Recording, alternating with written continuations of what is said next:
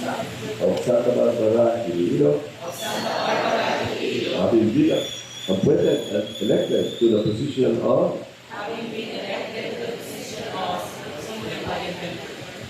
hereby solemnly swear I will faithfully discharge to the best of my ability the duties of my present position and of all others that I might hereafter uphold under the Republic of the Philippines. That I will bear true faith and allegiance to the same.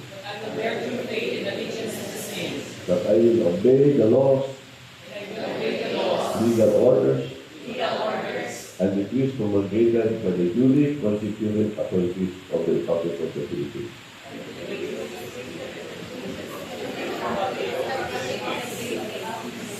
And that I impose this obligation upon myself voluntarily, without mental reservation or purpose of evasion. So help me God. Congratulations. At least wala mag-walang lecture.